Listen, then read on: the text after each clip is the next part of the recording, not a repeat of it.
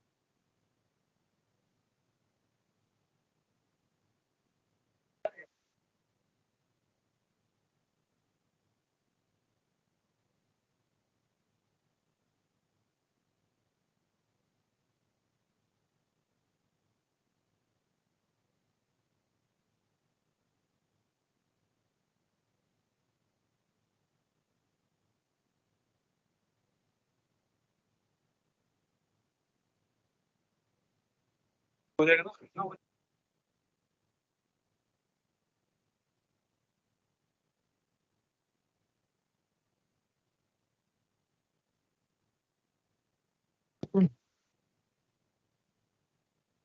इसको थोड़ा सा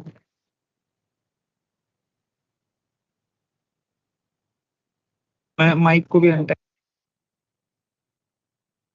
ये ना ऐसा इसीलिए हो जाता है पता है ये लोग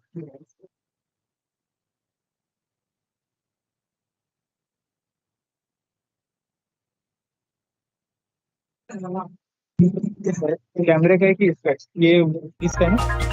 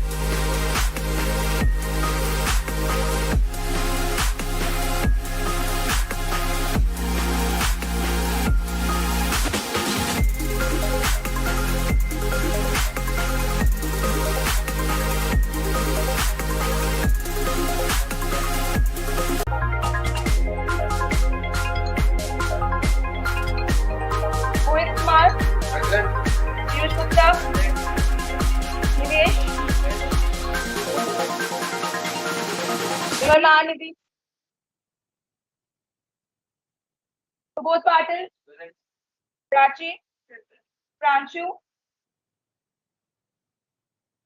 Rajeshi, Ravi Kumar, Mr. Shirana, Sanjay, Rohan, Rohan Temre,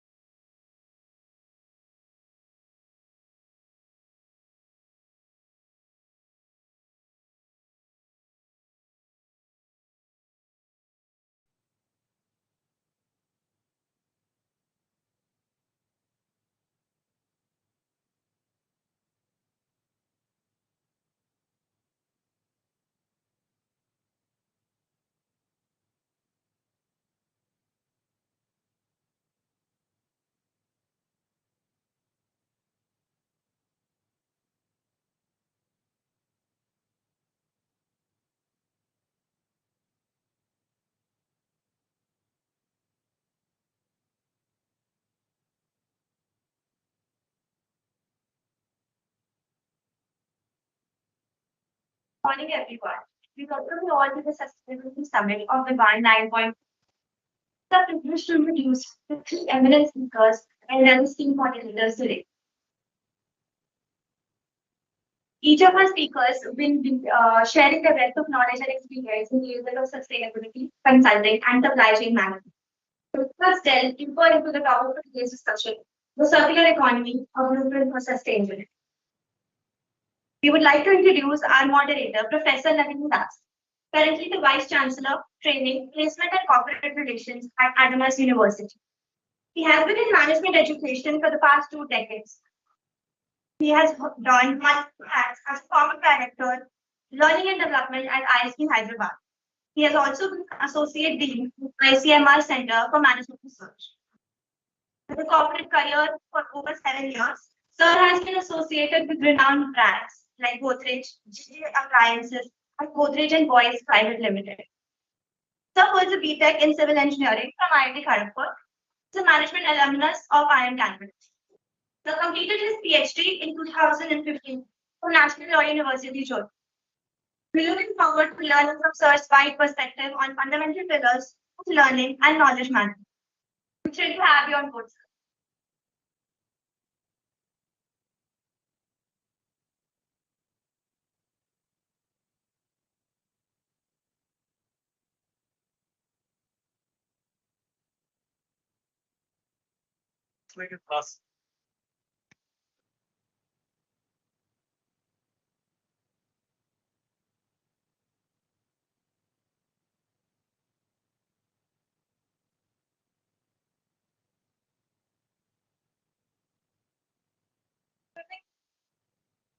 Introducing our first speaker for the day, Mr. Sandeep Chatterjee. He is a distinguished supply chain and sustainability leader with IBM Consulting. Sir's illustrious career, spanning over 25 years, has encompassed roles at renowned organizations like KPMG, Deloitte, Tata Motors, Infosys, and Oracle Consulting. Sir is a Lean Six Sigma Black Belt and a Lean practitioner. He holds numerous accolades and awards that underscore his remarkable contributions to the industry, including the Global 200 Inspirational Leaders 2023, Economic Times Inspiring Leader Award 2022. He's also been recognized as one of the 40 under 40 supply chain professionals in India. Sir holds positions of CEO and chairman at International Supply Chain Educational Alliance and has authored multiple supply chain cases for prestigious institutions like IIM Kozhikode, XLRI Jamshedpur, and IIT Bombay. He's also a member of Board of Governors at IIM Kozhikode. With numerous publications under his belt and his vast experience in the field of supply chain, we look forward to seizing the opportunity and learning from him as we proceed in the summit. Welcome, sir.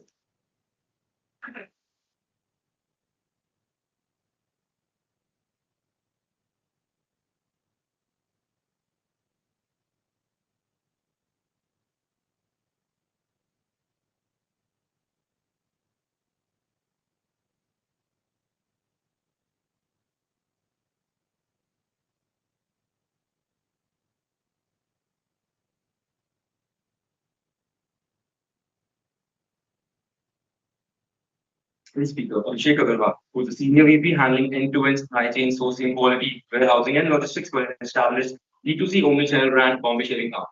Sir has worked with likes of Titan Industries, Colgate Palmolive, Huhtamaki India Limited in his career spanning 19 years. He worked in US with Colgate Palmolive, where he led global initiatives of strategic importance, namely setting up a plastic strategic sourcing vertical, leading plastic sustainability globally, driving commodity hedging in particular. In Huhtamaki India Limited, Sir was the head of supply chain and sourcing, where he led sourcing of sustainable materials for Huhtamaki 2028 start. He loves teaching and is a visiting faculty at IIM Mumbai, teaching subjects like D2C, supply chain, and commodity analytics. He is a Master Six Sigma Black Belt and a patent holder. We welcome you.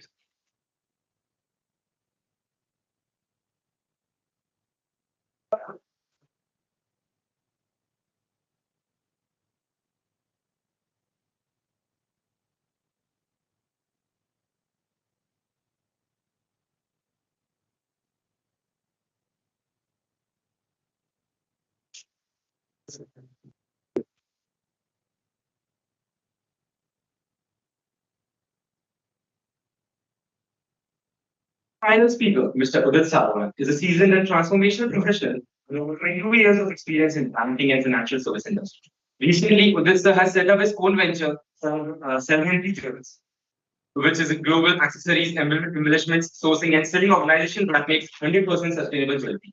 He has also served as Director Global Transformations and Engineering Networks at American Express, and has also been associated with Puma Energy and Citibank during his industry study.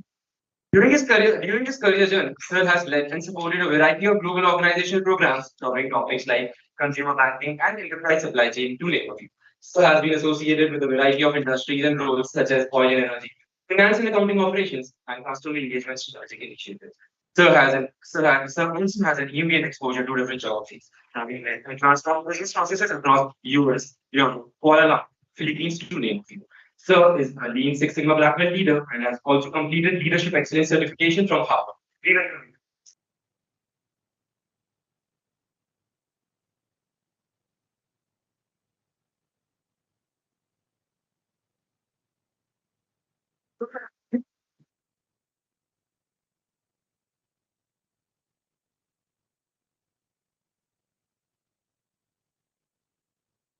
I request our moderator, Professor Navindas, to take over the floor and continue.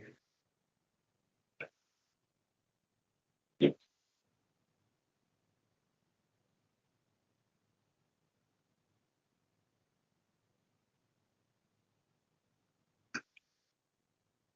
morning, all my students. Those of you who know me, I'm sure you're a bit surprised. But it's baritone. It's natural baritone. I was under the weather badly, I would say. I was in Siliguri on the day when the flash floods came above Siliguri. And by the time I left Siliguri, I already had started the itching in my throat. By the time I reached Calcutta, my temperature had risen to around 102. About 3 days back, they are just recuperating, but really fast. And with such travel by my side, I think I am going to take my job this morning in the stress of the term. I will be very, very moderate in my uh, deliberations. But nevertheless, this is a topic which is very, very close to our hearts, particularly those of us who are on the other side of 40. And I consider all of you to be lucky because you have not yet reached 40. By the time you reach 40, you will realize, oh, in spite of your best efforts, you will turn a bit silly on everything. Okay, but that's a small price to pay. I would say a small uh, a professional tax to pay to be a professional. You should also be a cynic, but before that, try to learn the ropes of the world cynic, or try to see the world in all its small price to pay, I would say, and then decide whether some of these colors are actually various shades of. Just before coming to this, our meeting room, we were generally discussing, and somehow I was reflecting on what sustainability, circular economy, and such terms, how new they were, or 20 years ago, 25 years ago when I left the corporate world that way. Remember, academics, and for all of you, your professors, directors, deans, etc., they're also in the same corporate world.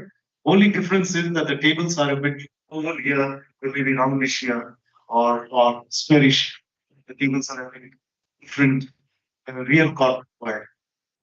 Again, the use of the word real itself is a bit biased. There's nothing called real corporate world and unreal corporate world. We are all in the corporate world because efficiency, cost cutting, seeing the big picture, looking at the overall development of the stakeholders are all the concerns of every organization you can go to. Even a church rings its bells. I'm sure all of you know. So, without much ado, circular economy, I was studying this through the Socrates office bearers, that you are more or less given a finality to the subject. It says circular economy is already as if the key to the reality. In fact, that's exactly the role that we thought we should play here. The eminent panelists that I have with us, they represent three big sectors of the economy. Three sectors, one sector perhaps the manufacturing sector, the other the DFSI, so the financial sector, the third person who has seen again the world on both the sides, manufacturing sector, the consulting sector, and now, most importantly, two of my panelists are also more or less, you can say, are entrepreneurs on their own uh, uh, way. They have started something on their own, and therefore they have looked at the world almost 360 degrees. So, without much ado, I would request each one of my panelists to first make a few comments on the topic, and then we'll get on to the real discussion. So, you decide who would you like to hear first, my dear students. This is one way of involving the students, right? That means I left or your left. That's a smart answer. Very good, sir. Thank you very much.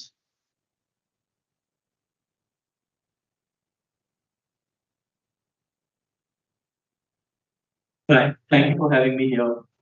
I think it's very important being Blackbird, Lead Sigma practitioner. Every time we start a project or initiative, it's very important to understand how do you define the standard definition around circular economy, standard definition around sustainability. If that exists today, I think half of our job is done, where we at least know what is it that we are trying to solve, what is it that we are fighting for. Many organizations are working in that way today. And as the session progresses, we'll learn more about it through our own experiences. Thanks for having me here. I hope you understand the importance of defining this first and then moving forward.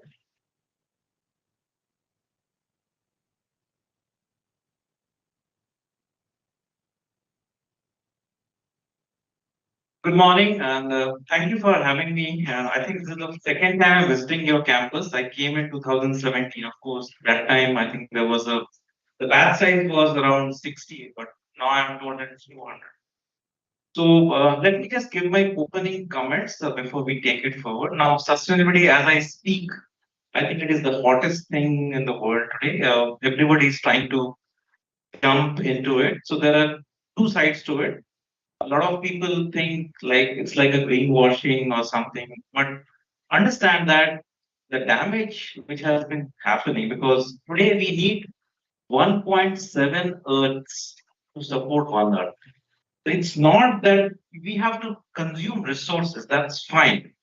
But it's the rate of resource depletion which is of concern. Because then if this rate goes on, I think in the next 50, 60 years, there will be nothing left for us. The earth doesn't need us. We actually need the earth for. So that is why people have actually come up and the metrics have to change because today's EOs, they are evaluated on a quarter-on-quarter profit.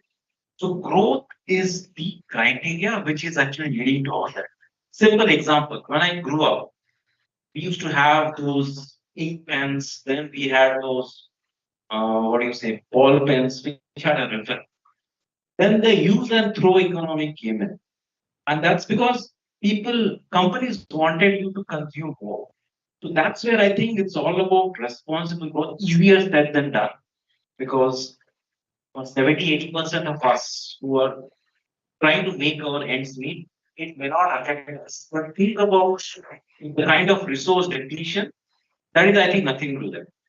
The third aspect which I wanted to cover is in terms of sustainability, a lot of people think it's only about climate. Yes, the SDGs, 80% of the SDGs are related to climate, but there are three more aspects, which is the people aspect, the profit aspect, and the purpose. See, no company would like to forego profit for sustainability.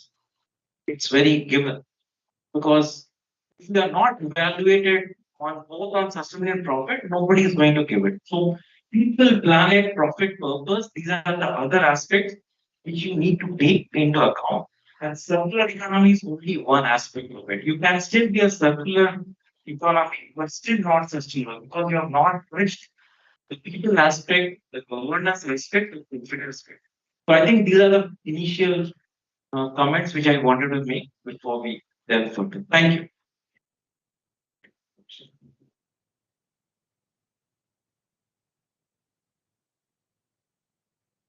Hello, can you hear me? Yeah. Thank you for having me. Before I give my comments, raise your hands. How many of you think plastic is evil? The jokes are tough. Sorry. Okay. How many of you think plastics help to reduce food wastage?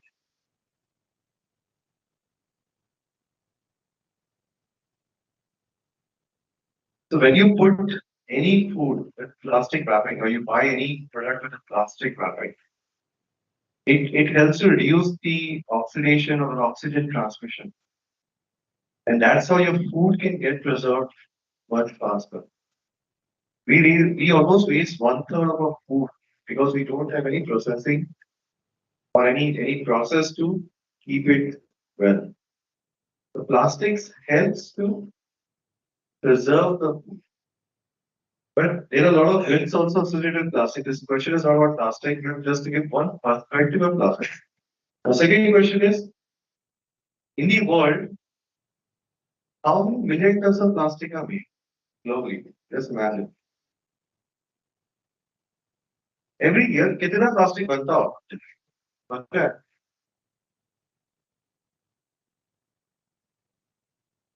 लगभग 220 to 250 billion tons of plastic is made. And how much of it will be recycled? Let's say, sustainability summit, right? कितना recycle होगा वो? चलो, कितना होगा? 1%. ये कुछ तो बोलो कोई नाश्ता किया नहीं क्या? Yeah, globally it is 5 to 7%, right? 95% कहाँ जाता है?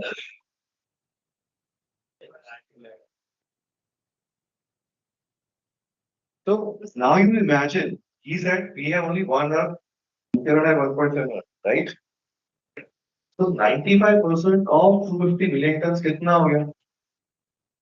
240 million tons. 235 billion tons, 235 million tons of plastic has to fit in somewhere, right? Every year, every year. So now you understand the importance. And the importance is not just for the earth.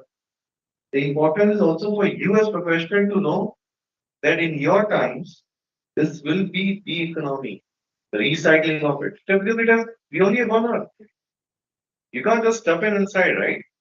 I think that's where it's going to be interesting. I'll share from my experience because I was in US in Colgate Pharma, a leading company over there, leading brand where this all started.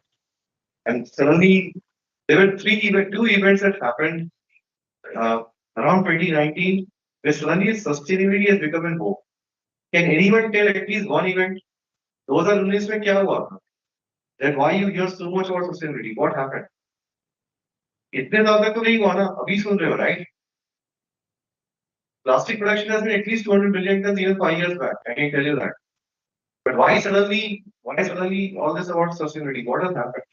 What has changed? Sorry?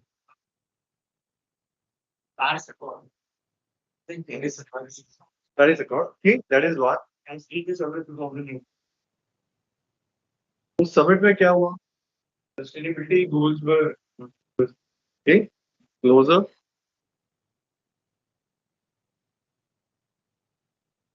the ESG compliance limit to post in the NTG summit. Okay, I'll give you a clue. It has got nothing to do with compliance. It has got nothing to do with compliance. I can tell you. There's a one event which triggered the whole thing. One event.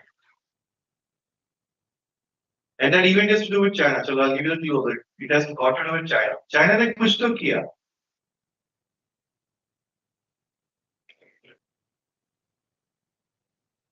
So there was a policy called China Swap. There was a movie in China made by someone around how the dumping how people are dying from the dumping that is coming from the foreign waste. That movie became very popular in China. And the government wanted to do something about it. And typically China. So they said one fine day, 6 months from now, no waste will enter China. China was taking in world's 90% waste. There was a big business of containers going to, so China was a big exporter of goods to US, right? But return में all those containers used to go empty.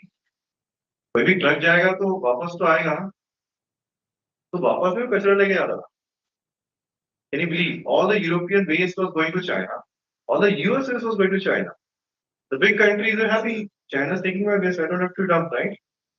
So China said China's sword means 6 months from now, nothing will enter.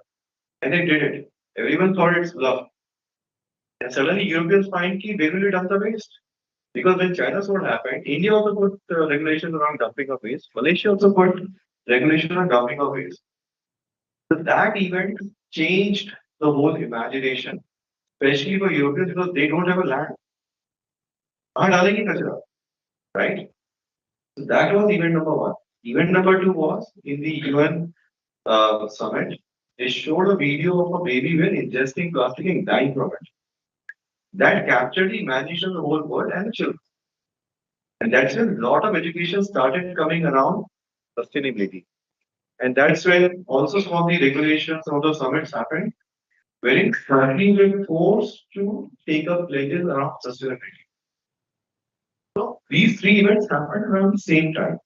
That's where now you see so much noise over sustainability, and in next few years, the economics of it, what I explained to you, 235 million tons of plastic, which is not being recycled, will be recycled, right? Eventually.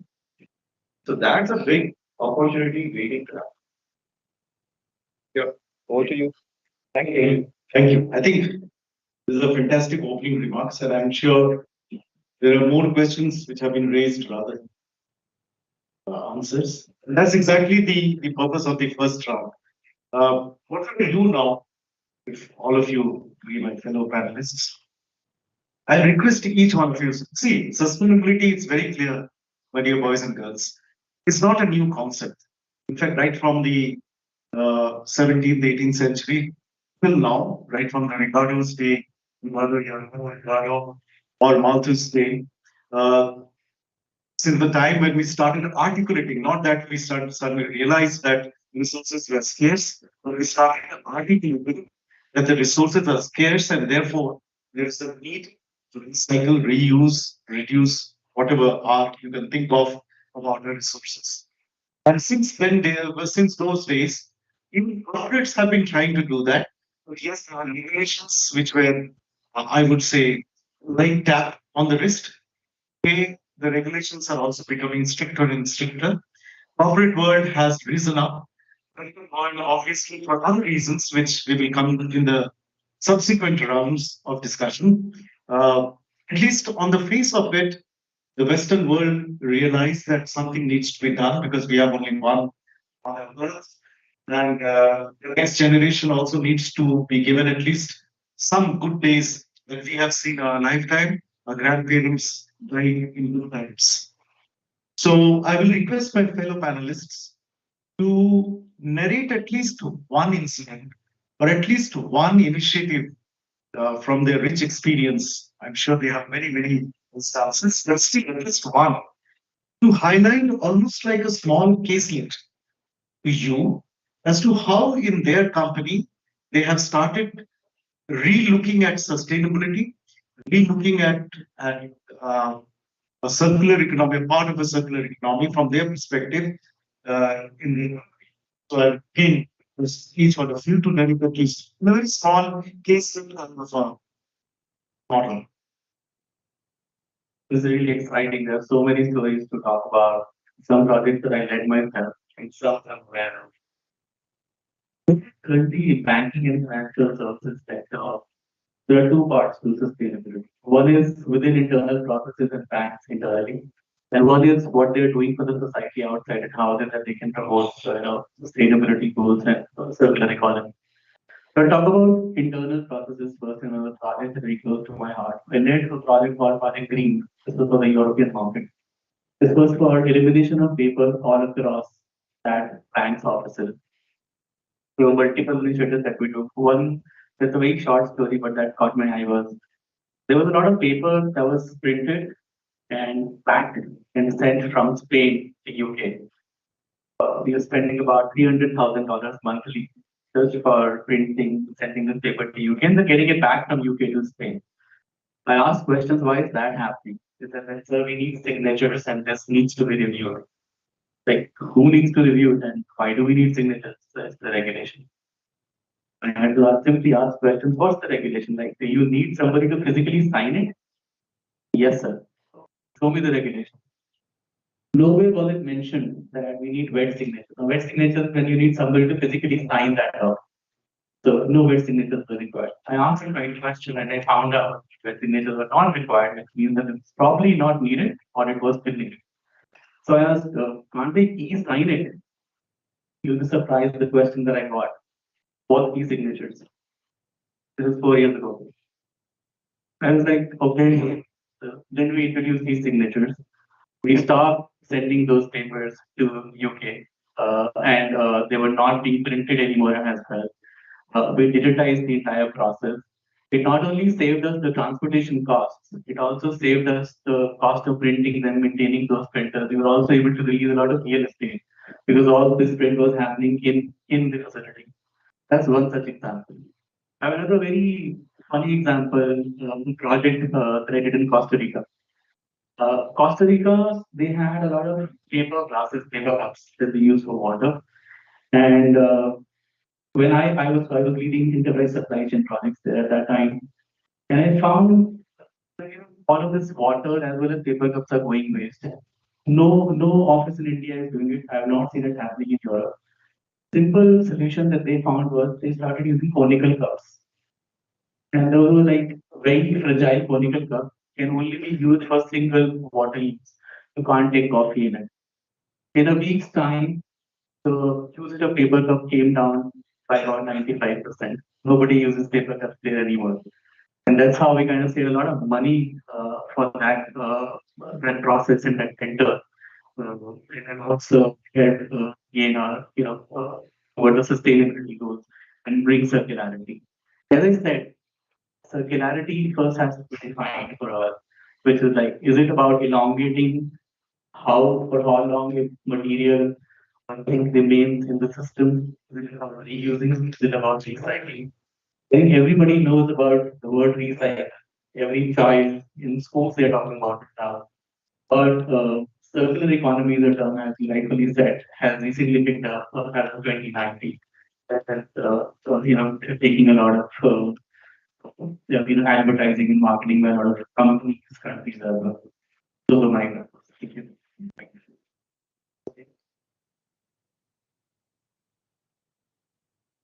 So let me just ask you one question. How many of you are vegetarians here? Vegetarians.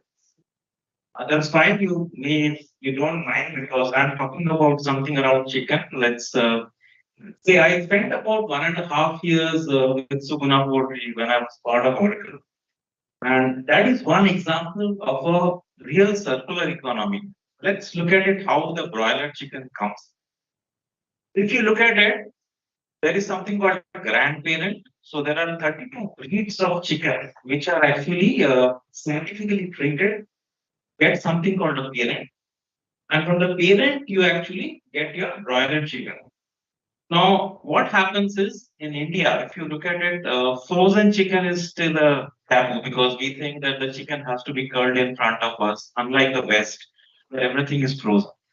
But if you happen to visit the Skuna, if I say a factory, assembly line of frozen chicken, actually it moves like an assembly line where what happens is you actually first take the chicken, you hang it, goes through a stunning process. There is only one manual intervention, which is, I think, halal cut because of religious reasons. There is only one person, but the way the feathers are plucked, the kidneys, everything is removed, it's all automated. So why I'm talking about all this is, there is absolutely zero wastage because let's say the feet of the chicken. What do you think we do with it? Because in India, we don't consume the feet of the chicken. Any idea what do we do with that? That's okay. When it's a wild guess, that's okay. It's exported. Dubai is a great market because that feet of the chicken is consumed in Dubai. Now, if you look at it, what do we do with the feathers? They have a plant where everything is powdered and it is again mixed with soya, and the same food is actually fed back to the chicken. So, if you're talking about a healthy egg or tender chicken, everything is controlled by the food which the chicken eats. I think this is a very basic example of a circular economy where there's absolutely no wastage. If you look at it, chicken again is a industry which is in summer months. If the mortality goes high, the chairman, I think it's a very interesting example. You can read through it. Two brothers who are vegetarians, they started a non-veg company. That's a very classic example. And in terms of circular economy, I think I could never find a better example of, because it's absolutely zero wastage. Even some of these actually make to the fisheries, which the fish eat. So I think that way there is a lot of talk around that if you're a non-vegetarian, you're consuming, you're actually damaging the environment more. Again, that's debatable. But if I look at an industry, I think poultry industry has done fantastic when it comes to zero wastage. In fact, they are recycling a lot of their things.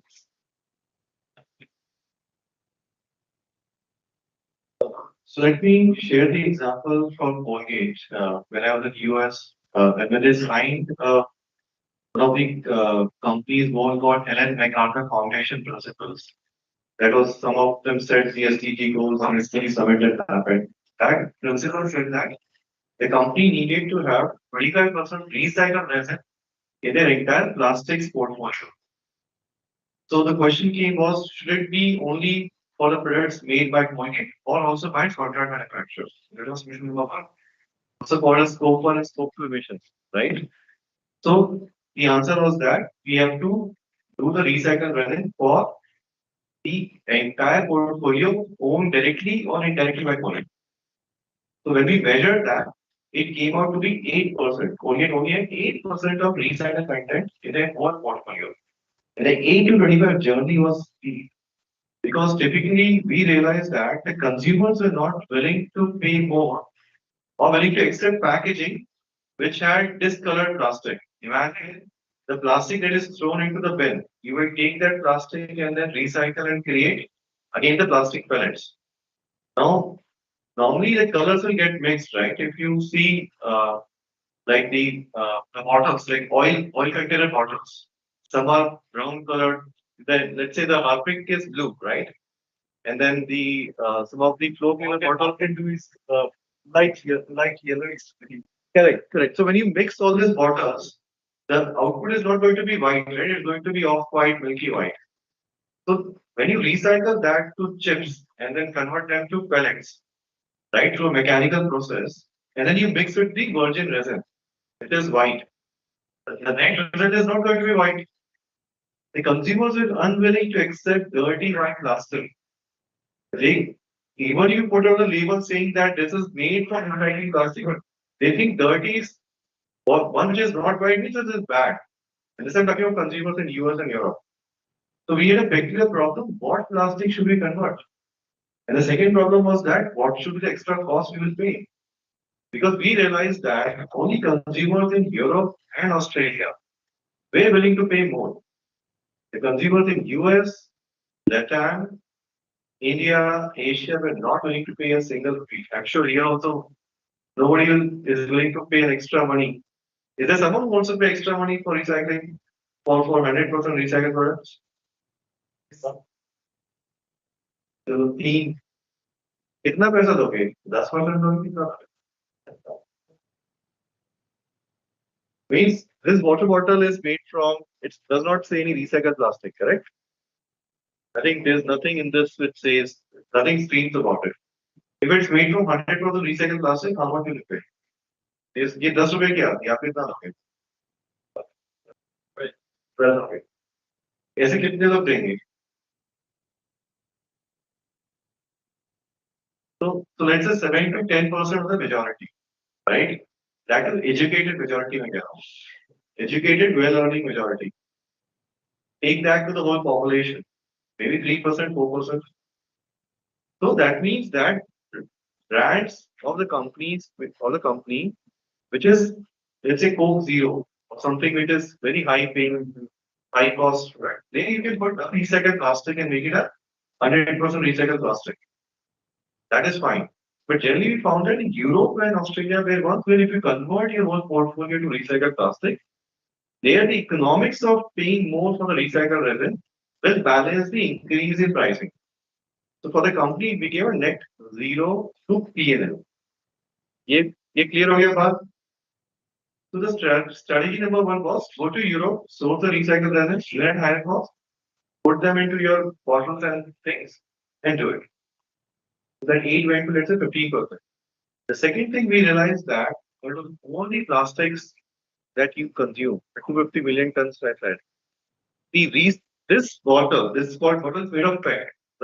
This is right. The recycled PET pallets. That means when you throw this into the garbage, it gets consumed. So typically, the process of recycling is like all the waste is thrown into a flotation tank, and in that tank, because of the density of the material, this is 1 point. All of you know density, right?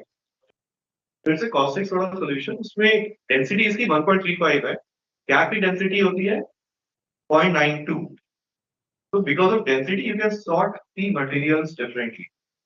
So the recycled pellets made from PET bottle were the ones which could easily be transformed into rPET.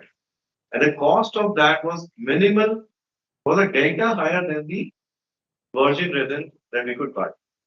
So that became the second strategy to source those kind of materials and then put it into your thing. So that was the journey we basically followed to reach this goal of 25 months. So again, sharing a case study on how we did really good. Thank you. Thank you. Any questions we can always take? Shall we take the questions later on, or you would like to ask questions on the go while we are discussing? It's up to you. Take it. So just to recap, you know what we have done just now. So while at a philosophical level, historically or evolution wise, we understand that sustainability, circular economy, these are not new concepts. Corporates have woken up long back, and my fellow panelists have given from each one of their own industries.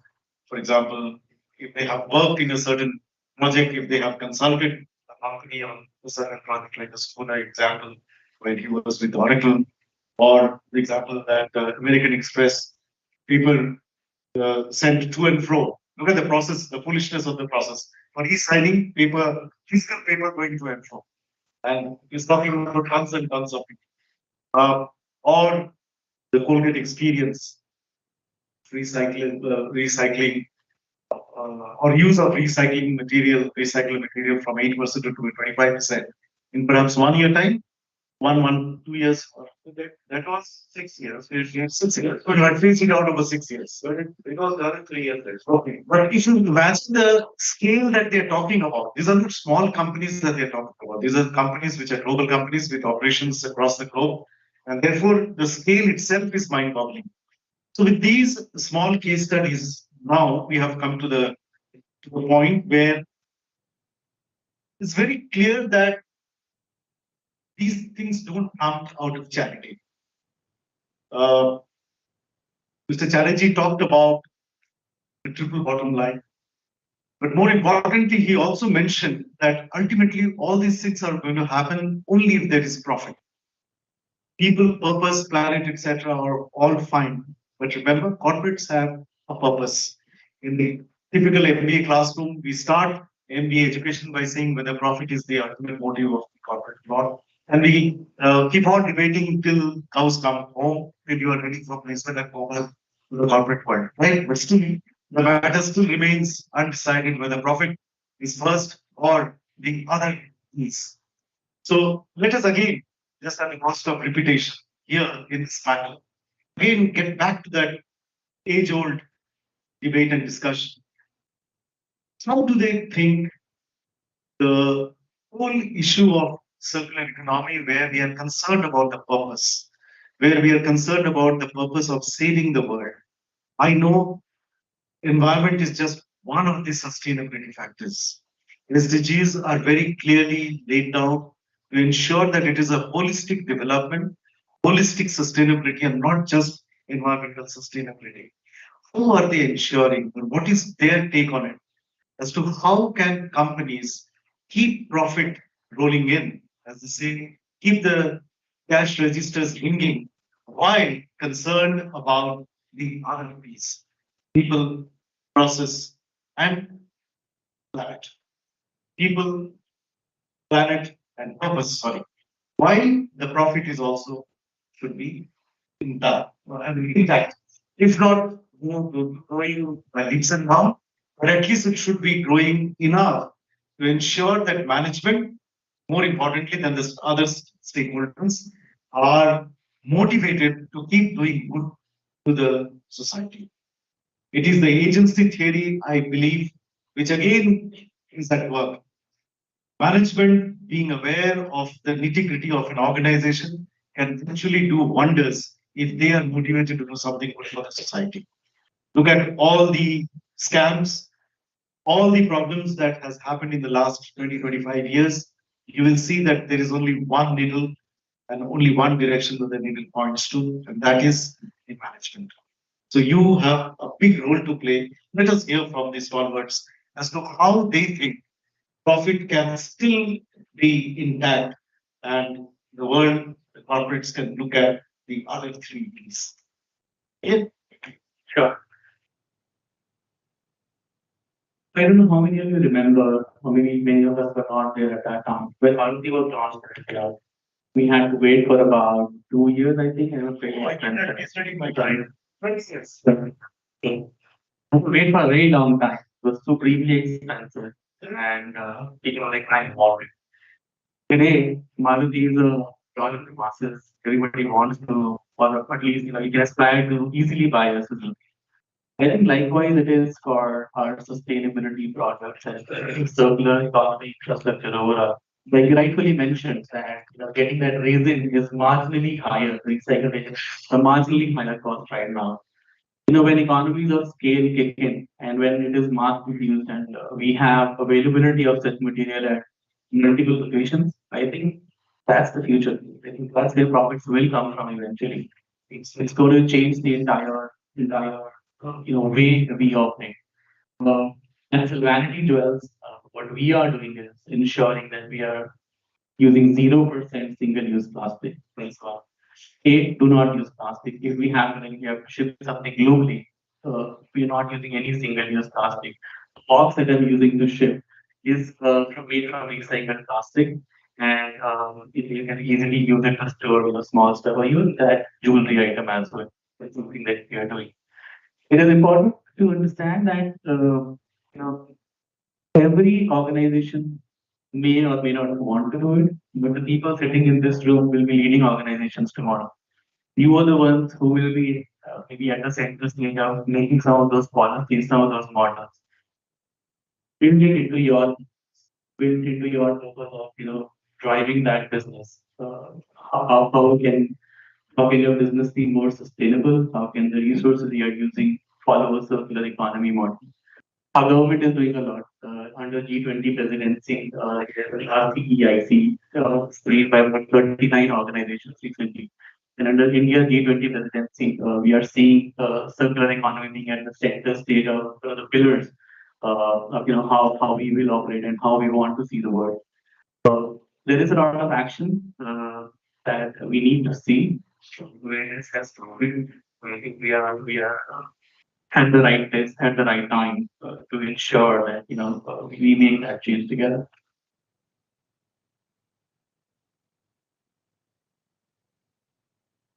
I think let's look at it a little differently because profitability and sustainability, I think this is where it's a classic dilemma which every company has started on.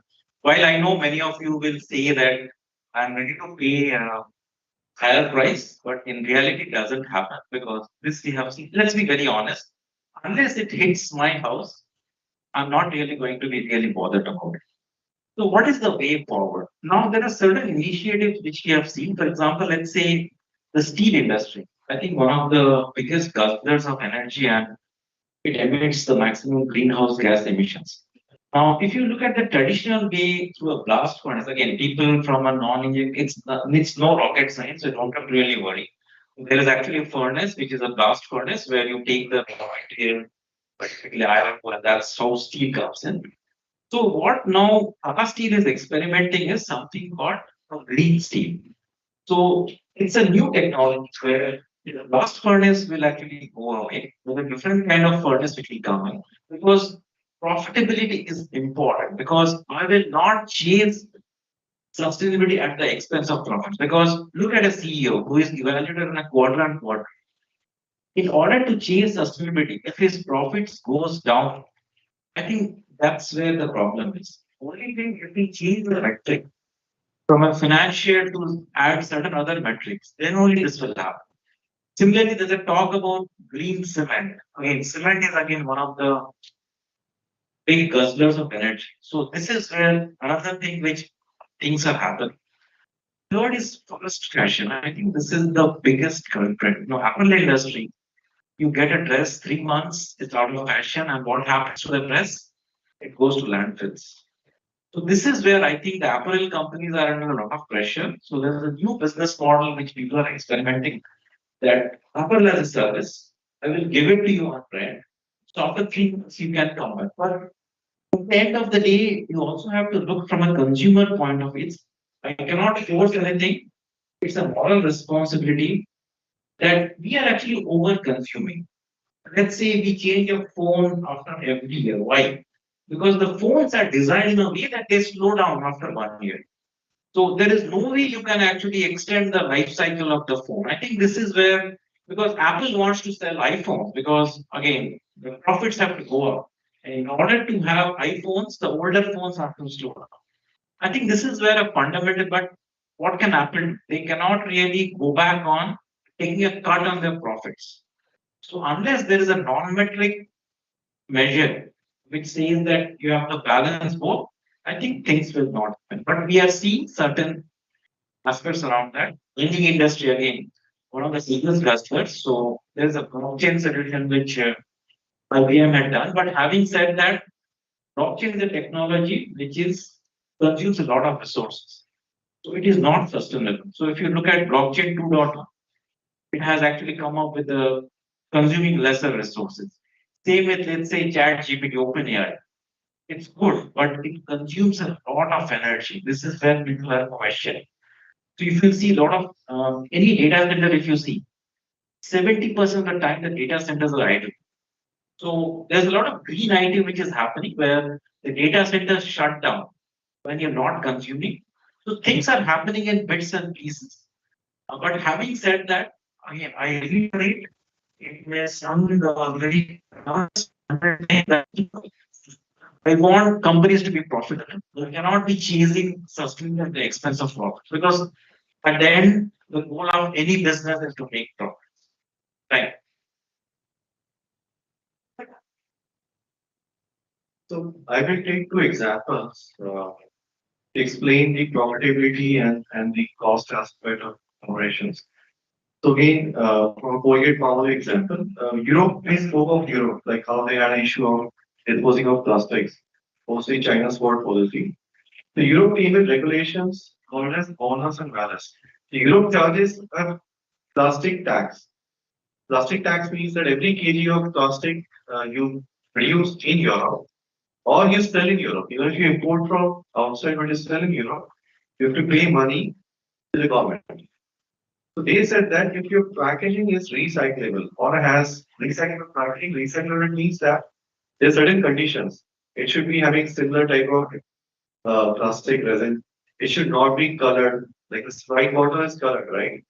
It's a pinkish color. So that pollutes the recycling stream. So it should not have any color. It should have similar type of material. So that is called as recyclable. That's where the logo comes of a recyclable, like triangular logo comes. So they put regulations in to define what is recyclable and what is meant by a recycled resin. Like PCR is post-consumer recyclable. So the definition also was pointed, what do you mean by PCR? So it cannot be the waste of factories treated as a PCR resin. It has to be from the dumping grounds and then only it can come in. So they defined the regulations and they created incentives for the companies. So if your packaging is recyclable and has more than 50% recycled content, they reduce the plastic tax to 50%. But conversely, if it does not have, they increase the plastic tax by 50%. For the companies, it became two incentives in Europe. One, you can charge more for the product because consumers are willing to pay more. Plus, you're getting benefit by the plastic tax reduction. So I think it's such a smart way of doing things. So they were the first ones to come up with this policy, and now India is copying that policy. So last 3 months, the government has started charging us plastic tax, and they have made EPR mandatory. If you don't have EPR, you will not get a plastic tax offset. But it is only 10 rupees a kg, doesn't hurt. But you know what Modi ji kya karne wale, right? 10 ka 20, 20 ka 50 hone wala hai. So, and they are going to come up with that guidance. So that's where, a lot of things will happen. The second example is from our startup. I mean, in a startup, costs are important because you're not making profit. So you need to prioritize sustainability so that it does not hurt the bottom line. So we ship more than 50,000 packages to consumers' houses. So we replace the plastic wrapping inside the box with a Colgate or what the box that comes with that kind of a packing. So it's a fully recyclable packing we have, and the cost is net neutral to us. Secondly, we also recycle all the boxes that come back to us as returns and put it back into the chain by refurbishing it. So by doing these simple things, we reduce the cost of packing and we also are sustainable. So again, the question the monitor is asked, the prioritization is very important and what can we do within the framework of recycling to make it net neutral as of now. And then you move on to the next step of what is where you can incur costs or where consumers can pay more. Thank you. Thank you. Thank you very much. This reminds me right on this because I can see a whole class. This is a 1.5 hour class. With 25 minutes to 20 minutes, and the class will so they have perhaps go to sleep. Well, all right. Let's start with the story. So all of you must have heard this story in one verses. I'm going to tell you a story about a hermit and a mouse. Anyone have heard this story? Hermit and the mouse. Hermit, Sadhu Baba, or a Chuhia mouse. So this mouse, hermit was very fond of this mouse, which used to stay along with the hermit in his hut. But one fine morning, the mouse comes and says, "Sadhu Baba, मेरा बहुत डर लग रहा है क्योंकि बगल में एक बिल्ली है, वो बिल्ली मुझे आकर डरा कर चली जाती है." Sadhu Baba saying that, "Okay, I will make you a billy. I'll make you a billy." So the mouse becomes a billy. And Sadhu Baba and Billy lives for another few years. Then the Billy one day comes, of this Billy here, just making a mess food. You keep giving about your mess food every 6 months. So go to Ranga and keep about mess food after 6 months. But again comes to Ravi and sees that Sadhu Baba, now my life is not threatened by the Billy. In fact, the Billy is my friend now. But there is a dog which comes and barks at me. And I feel very scared. How dare I'm Sadhu Baba's Billy. And see, the dog comes and barks at me. Sadhu Baba, being a very generous person, says, "Okay, now I'll beat you." Sadhu Baba beats the dog. And the story goes along. Who do you think will the dog be afraid of next? Perhaps a lion or a tiger. And obviously, the horse was in a movie. Again, Sadhu Baba beats the tiger. When the movie becomes a lion, it starts pouncing on the hermit. The tiger started bouncing on the hermits. It reminds you of an effect called Frankenstein effect. Are you aware of it? You create your own Frankensteins. So this, to my mind, human beings have created this Frankenstein. But plastic, we are only talking about plastic, but then there are other waste also. Have you ever visited a tribal village? Anyone? Tribal village? Have you also noticed that they actually produce much less waste? Their entire villages look spick and span. They're also human beings like you and me.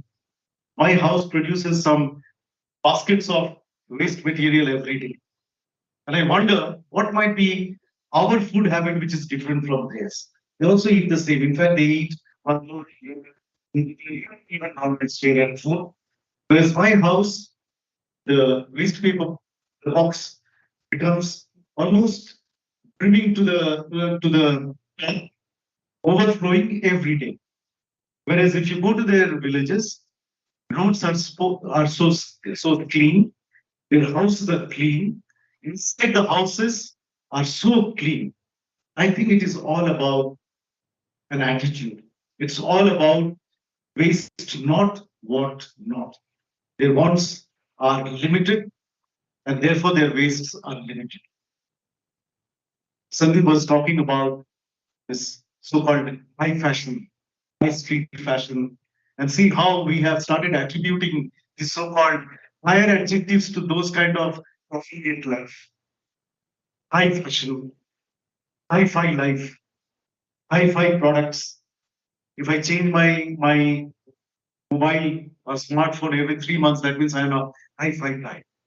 I wait the whole night in front of Apple Store to open it next day, and I go and grab the first 100 icon. So I don't know where we are going wrong. I'm sure we are going wrong. We are all aware of it, but is there an end? So the next round, I would request my panelists to just throw a little of light on what they are doing or what they think they should be doing to make consumers fair. Ultimately, if there is a demand, corporates would produce. It's a simple law of demand and supply. If there is a demand, people will produce. You really don't know what market size the sin economy constitute of. Therefore, if the sin economy is so large a market, this is at least not apparently sin. Consuming something which has laces of plastic coatings, consuming something which is not made out of single-use plastic, consuming something which cannot be recycled, consuming something which is producing more of waste and getting just 20 kilocalories of today, 20 calories. 20 calories of kurkure. But just imagine the amount of waste you produce by those 20 grams of kurkure. And I'm not just talking about the plastic. I'm also talking about the entire process, the water that has been used to produce those 20. And my poor mother, my poor sister, when she makes paratha, I say, enough of all those. Let me get a pizza. So I will insist.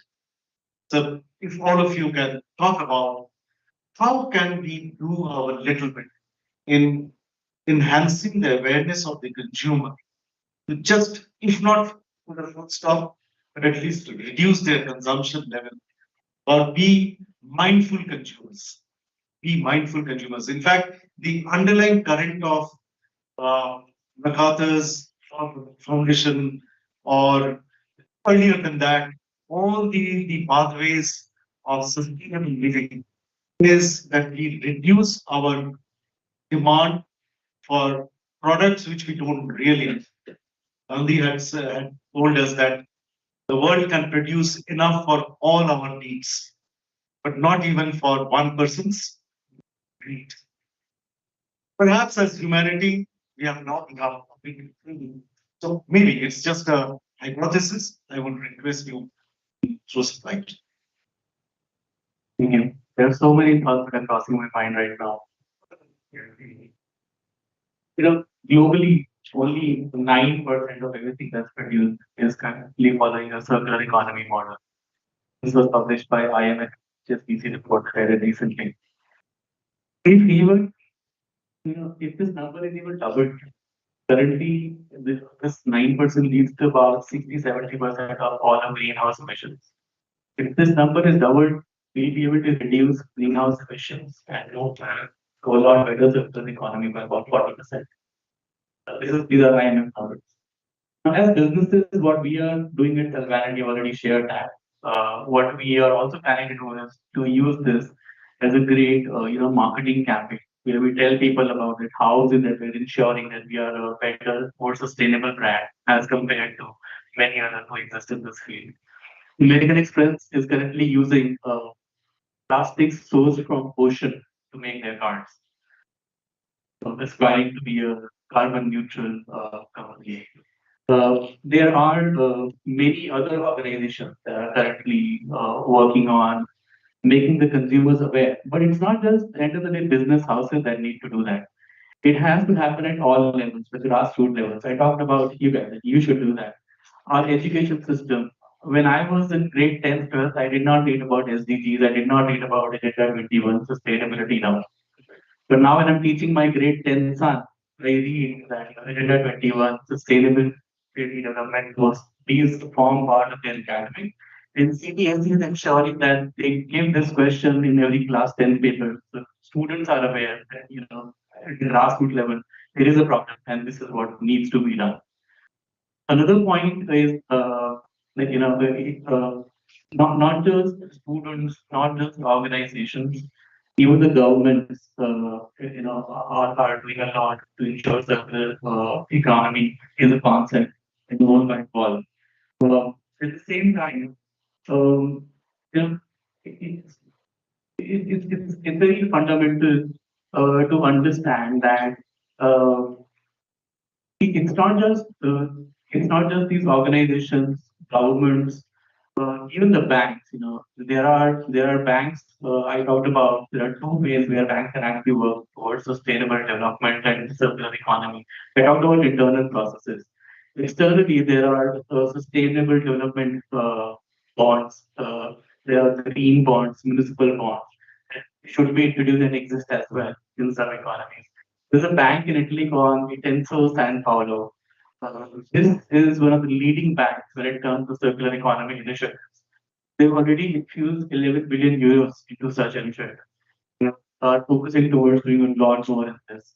I think those banks should be talked about and quoted more in all such debates and discussions. And people should learn from how one bank, one country can do so much, and we all can learn and do too. Thank you.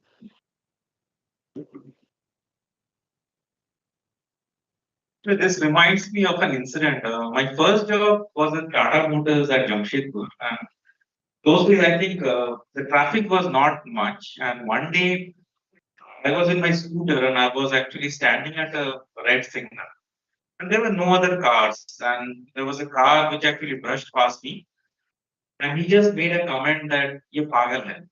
So that's the thing. We have the rules, governance, everything in place, but we actually need a police there to actually, because as a mentality, I think it's all about mindset that if there is nobody policing it, I will jump a signal. So that's how it is done.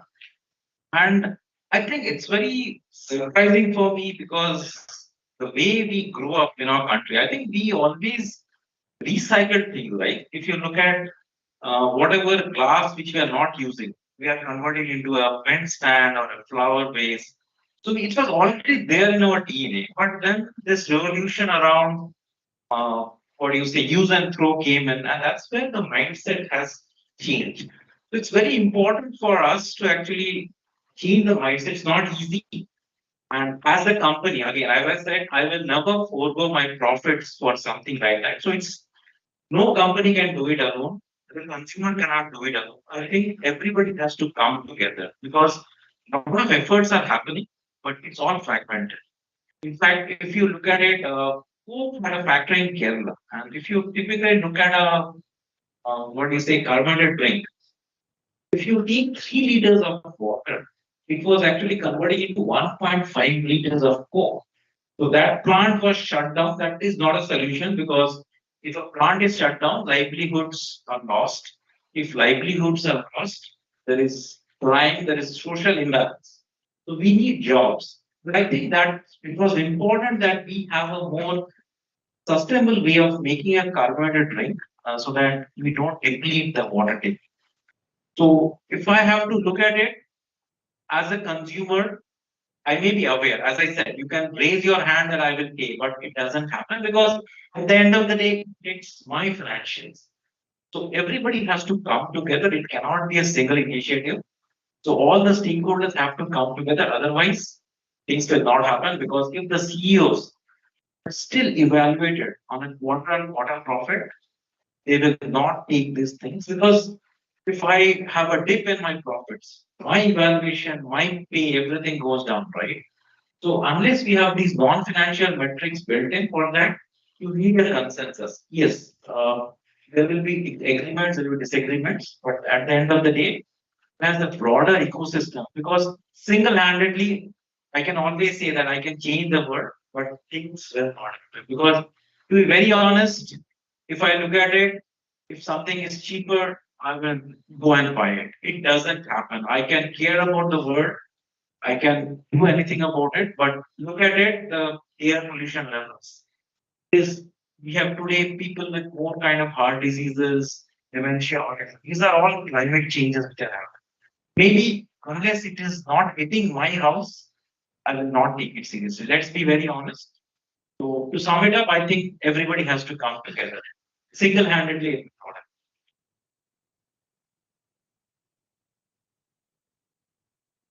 How many of you buy appliances seeing the star rating of the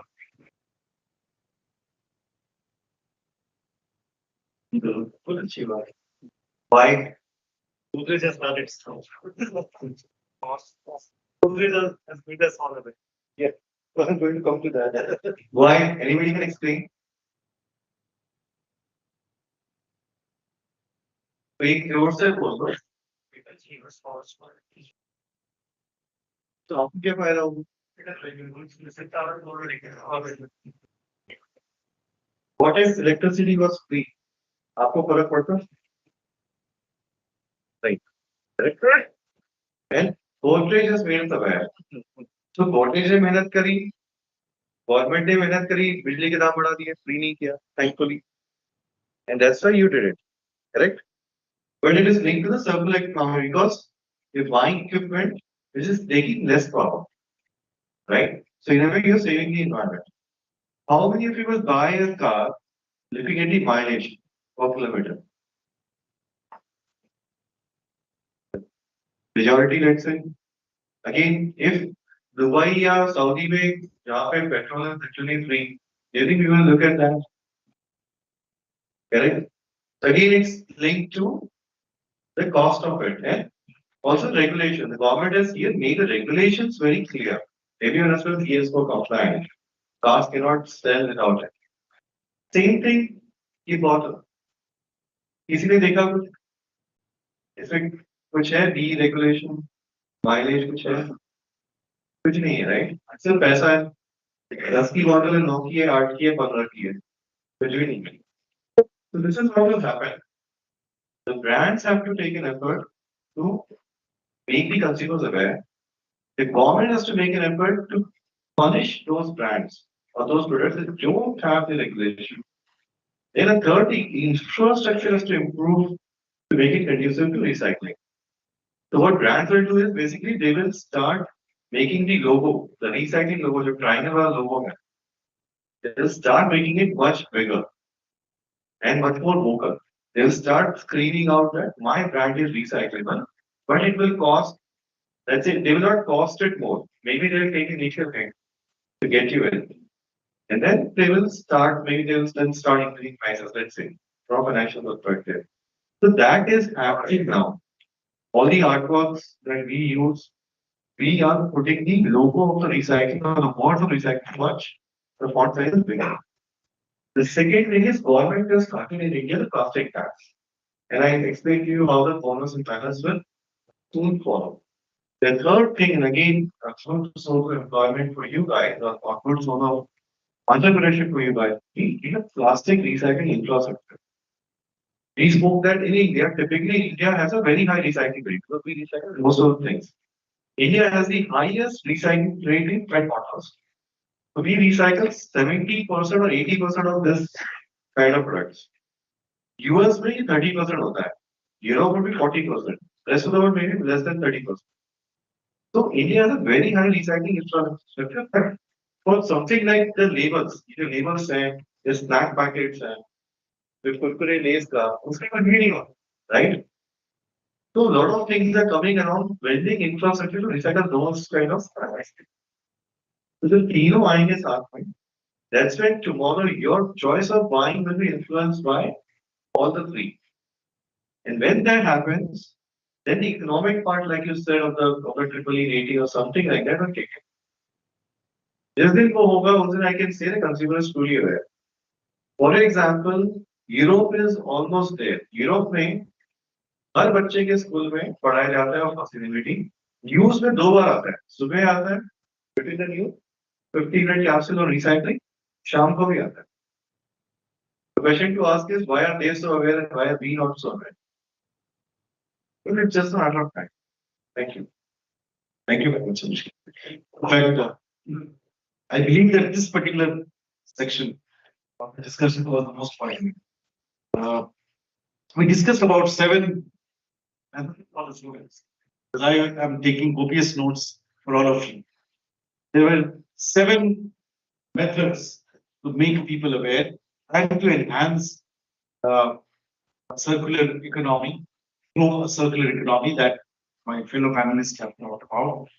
Obviously, I will start with the recency factor, the last point, that we need to have a recycling infrastructure enhanced in this country. We already have pretty high, but it has to go further up. Government regulations, his earlier speaker also talked about it. Government regulations is one impediment for sinful use, unmindful use, I would say. Being also at times punitive helps. In a large country like India, where people actually don't stop at the signals when there is no one to watch, punitive measures help. So being punitive for the government. We also have to have new metrics to evaluate companies' performance. Just profitability, obviously, we have already passed that time. Companies are no more evaluated only on profitability. But remember, they're still being rewarded on profitability. CEOs are rewarded on profitability alone, even now. And it is also the responsibility of the government and the boards to make CEOs responsible for the planet. Next point was, which is again very close to my heart, though they didn't articulate it that way, I would call it Jeffrey prefers knowing, doing gap. Many things Indians are very much aware. But when you see them implementing it, we fall flat. So we know many things, but we don't do many things. It is the classic knowing, doing gap. That's the reason perhaps why Raghunath and I am Ahmedabad Professor writes a book, Games Indians Play. We are a strange species on Earth. And I have a good pass in my position, and therefore the flight is not going to go without me. But still, I jostle and I should it. I bypass people on the queue and see whether I can move a bit earlier. वो पुरानी आदत है ना, मतलब black में ticket खरीदने की. So knowing, doing gap, and finally, lot of policing. But one point which I think the first speaker did talk about was self-regulation. Finally, everything will boil down to real future if we can self-regulate ourselves. Anyway, I'm not going to summarize the earlier, which I hope I have done today. I will now like to open the panel to the entire floor for questions. If you have. So if someone can moderate the questions, I'd like to come up and ask, or okay, you can.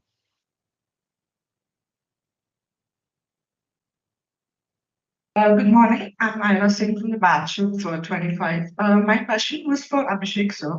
So, in your opinion, what role does reverse logistics play in achieving broader sustainability goals for organization? How can it contribute to a circular economy? So when you say reverse logistics, are you meaning by like D2C segment? Because we have a significant reverse logistics. Yes. See, reverse logistics is all about economics because if let's say you bought something from home issuing company, you did not like it. So we will obviously call it back because it's money for us. You're not paying for it.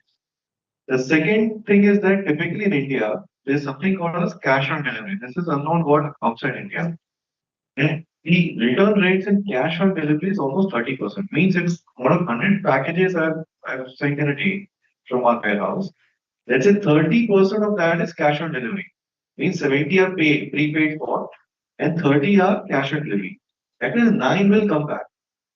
So our main challenge or supply chain challenge is how do I reduce that 9 out of 100? How do I reduce the 30% of that 30% down to 4 or 5? So it's a cost going and coming, but we can't help it. I mean, there are people who order and who are listed in Ship Rocket or Delivery Panel that these guys are habitual fraudsters of RTO. But दूसरी बात ये भी कि India में जो address है ना वो भी ऐसे है कि बरगद के पेड़ के नीचे के सामने वाला घर इसमें कुछ नहीं मारा है so delivery and Ship Rocket, the third party logistics provider, they use AI. They're trying to use AI to identify those kind of people who across their platform are typically doing habitual RTOs, or we call return to origin, or they also trying to help us with the right address, pin code, and RST. Or they're using WhatsApps now to ensure that RTOs come reduced. But this is typically a supply chain issue we do. But we try to salvage the material because it's money for us. More than sustainability, it's money. And we have to save money. Thank you.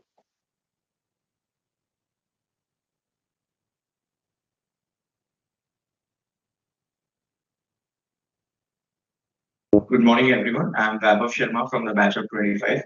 So nowadays, countries have been talking about net zero emissions, and we have been hearing a lot from it. So India has set a target of 2070. So what's happening is the developed countries are cutting down on emissions, and the developing countries will have to decrease the growth of emissions that they're emitting. So now what's happening is that the developed countries have already utilized the resources that had. For example, US machine revolution that happened in 2008 to 2011, while the developed countries won't be able to do so. So how do you think that the developing countries are going to manage their target? Because India has set a target of 2070 that is just 10 years behind China. So what's your opinion on it?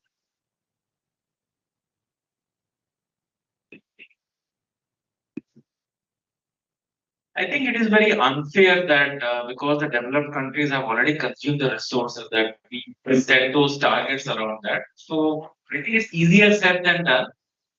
But a broader consensus has to be there. And if you look at it today, we are not in a bipolar world, it's a multipolar world. So that's why now India has become more powerful. So that's why I think it's the COP28, which is going to happen in November.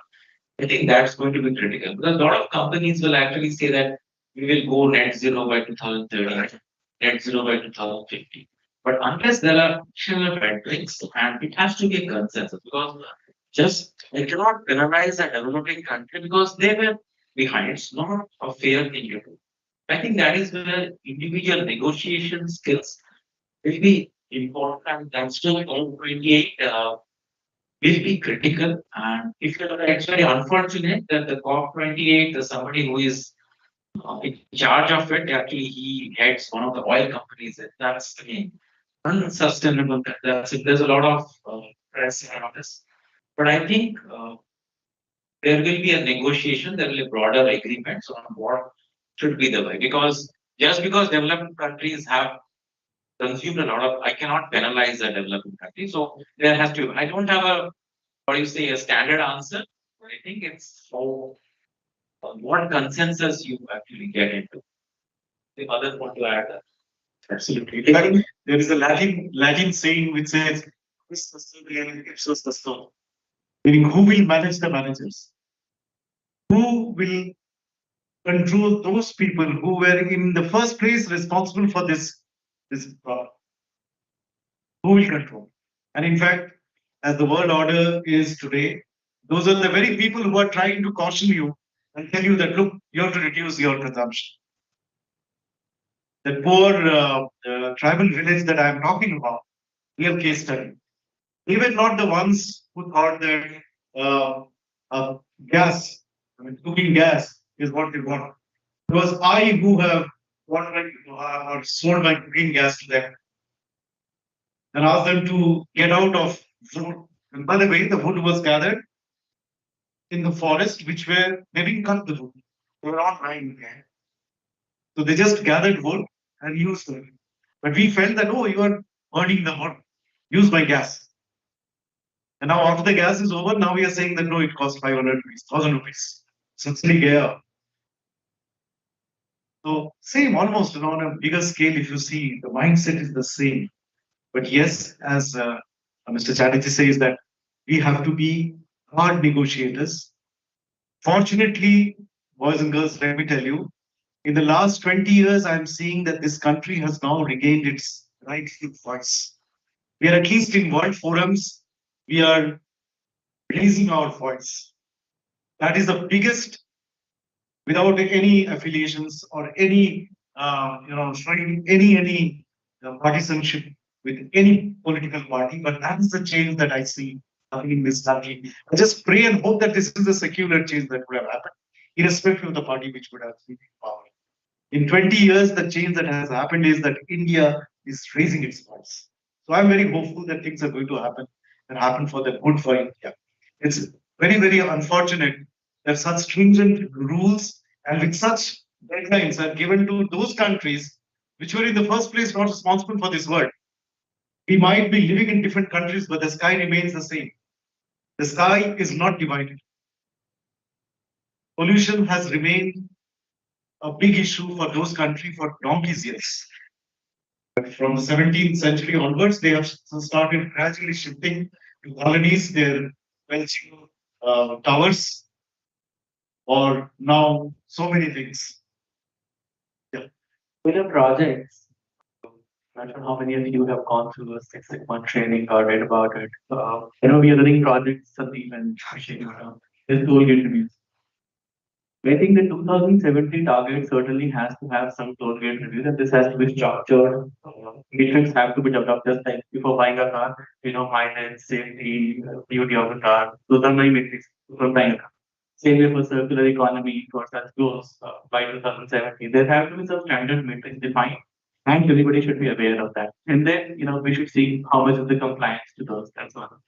Second, well, there are many inspiring stories that we hear about it. Sir has been giving some real life examples as well. It's important to understand how do we solve for these things. I think globalizing carbon credits, carbon credit reduction all across the globe responsibly is something that definitely can developing and development. So take that motivation, financial motivation to do more towards it, at the same time not compromising the product or produce that we need. Currently, on Earth, we are using 60% more than what we are producing every year. Remember, we are looking at very big futures, and I will repeatedly say, people in this room, try to build it in your purpose, try to do it whenever you lead those organizations. Do something, that's around circular economy and sustainability. Thank you. And we have one more question. We are already. The last question. Other questions can be taken offline. Correct? Now you can connect with.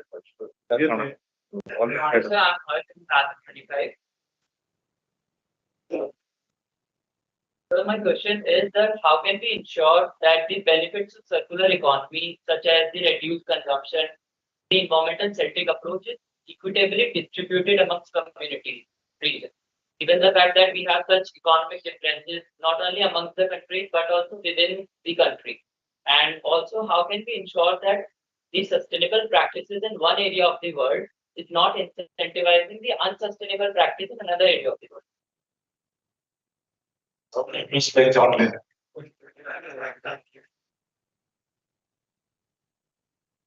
I think bamboozled is what I have to say. The question is about me.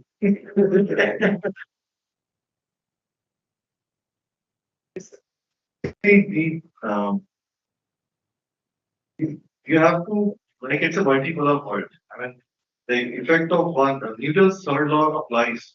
The China sword policy led to a reverse effect on Europe and US. And it led to prices going up of your corrugate prices of plastic prices went up. And then in return you saw Europe setting up upward class policy. So it's always going to be like that. And again, that impact will now start coming on us. Like, for example, in October, this October, the Europe has created a non-tariff barrier. I mean, all of you know what is non-tariff barrier, right? So they have started imposing or asking for the carbon emissions for specific industries. Now, what it will lead to is that the companies are exporting from here to Europe. They have to now give an account of how much carbon they have used. So imagine from where it has gone to where. I mean, it's led from one China to something else and then gone to carbon neutrality and now it's gone to carbon emissions. And then companies now have to pay for audit of those services and also work around and find out how can they reduce the carbon, like what Sandeep had said, changing of the furnace, blast furnace, and using less carbon. It's a high capex. It's a huge capex. Unless government subsidizes them. Unless government subsidizes, how will they pay for it? So this we have to live with this anomaly. You can't do anything. The intervention has to be done by the government or by big agencies. But that is the only way it can be equitable. At some point of time, it will get more or less like I said about a cars or coffee, the triple E rating for the price. But the next 20 years, you are going to feel it in some way or other. Sorry, that's the answer I have for you. I think benefit will be proportionate to consumption eventually. How much more you're consuming and how much you yourself are investing in it. Like, what you put out energy rating of appliances, right? If you're investing in a 5-star rated energy rated appliance, you will definitely be gaining from it later on. End of the day, as we all understand, it is about money because money is fed into this waste, money is fed into this into situation that we are in today. And what is that can go ahead and take it out of it. Before that, it's important to have self-regulation for our children. Well, just take 2 more minutes to share an example of something I am doing as a citizen at a society level. And I guess all of you can do it. How many of you live in apartments or live in societies or have lived in societies and apartments? I say about 30-40% of you. And how many of you use RO, reverse osmosis machines, RO machines for water purification at home? I live in Gurgaon. The name of my society is ASF. In that society, we have about 236 flats. All kitchens are in the same row. All of them use ROs. 50 to 70% water is wasted by these ROs every day. And if an RO is filled about 5 times, we all know what we can add up to the number. I'm ensuring that all of that water goes into a single flow pipeline. And I have not asked for any help from the builder. We're contributing all our money. In the next 3 months, end of winters, we'll have all of this water being refed into our. That's what I am doing. You are the youth. You all can do it too at your levels in your society. Please go ahead and do that.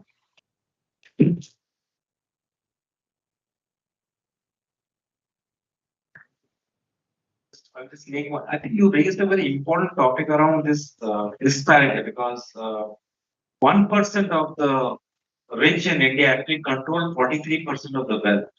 See, that we cannot do anything about it. But there are companies like Infosys which actually wanted to make more millionaires. It's more of a intuitive because it's not fair that I go to a village and ask somebody to take those sustainable practices because that person is a daily wage earner and it's not fair that I ask him to pay more or cut down on something. I think again, I don't have a standard answer for this, but I think everybody has to. I think if some of the companies actually takes the initiative to at least see that some of the wealth is distributed. No, it cannot happen. As I said, with the COVID, I think the gap has even increased further. So this disparity is going to remain. Only thing is, it's all about our conscience. Because no amount of law, no, because it's a free economy, it's a capitalist system. You cannot do anything. But unless somebody decides to do something around it, I think then only this disparity can happen. Otherwise, we don't have an answer. Fantastic. Thank you very much. And then we are going to take these last few comments as the closing comments. I must thank all my panelists, particularly Udit. I think your last edition was fantastic. And that should also open eyes for all of us. Even in our daily lives, small things that we have been doing and taken for granted now. For example, the changing of your mobile phone every 6 months or 1 year. Though you don't need it, but just buying that one more dress material. Though you may not need it. But still, out of compulsion. My daughter says, have it. It's there. So अब देखिए अगर उसको postpone किया जा सकता है in supply chain management concepts there is something called postponement. When you postpone the final configuration of the product, you change the supply chain a little bit, but it costs you save a lot of cost. Similarly, see if you can postpone some of your gratifications. Use less, want less, need less, you will be happier. Let me tell you. And look around and see how the 50% harm is surviving in India. At least we are lucky, not that I'm saying it sarcastically, but we are lucky to be in a country where we still have a lot of conscience still there. When we consume, we feel that the person who is serving me perhaps have not had full breakfast, but still serving food on my table. But being conscious about it, being aware of about it is just half the matter. The other half is doing means also doing something about it. This is a brilliant example. Look about or look around you, look into your life, and you will see many such things. Thank you very much for this patient hearing. Thank you for things. Thank you for my interest. Thank you, my noted expert panelists. I think the journey was exciting because of that. I only just played the role of a devil's advocate. Thank you very much.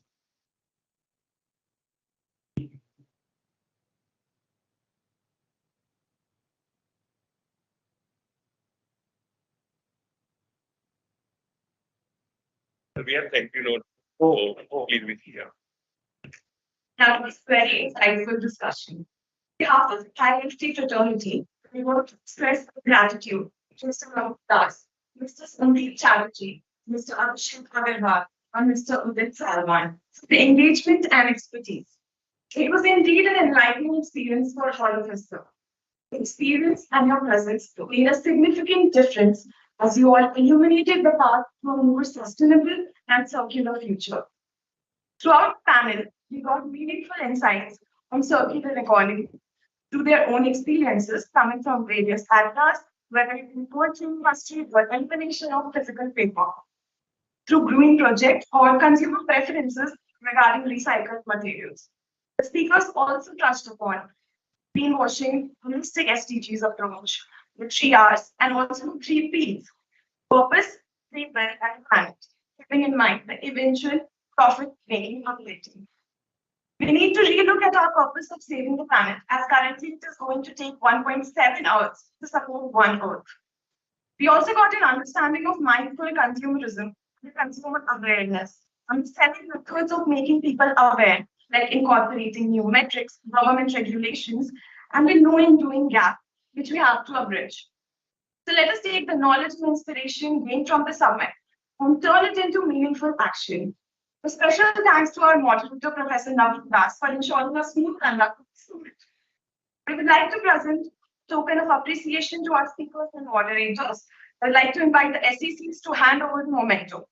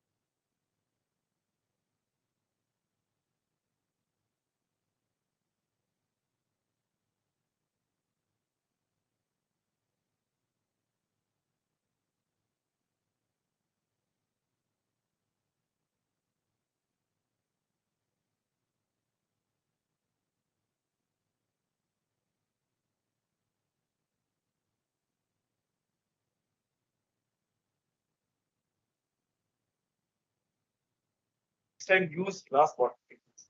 Yeah. Here there are some recycling. Yes. Yeah, could you this was like a side. Could you see the height of recycling? This was a writing pad given here for me. Okay. And you have used a recycled one. This was not done by me.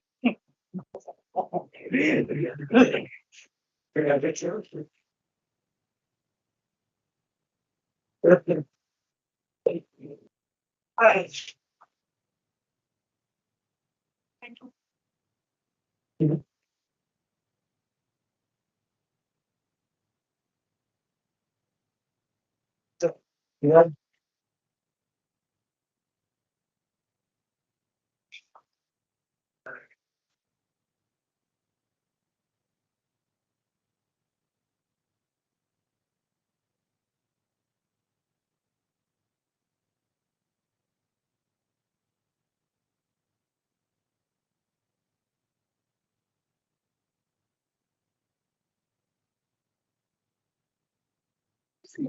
Thank you to all four of you for your time, your expertise, and your commitment to your singular future. Students have taken a lot of learnings from the session. Thank you all for your time and attention. Thank you.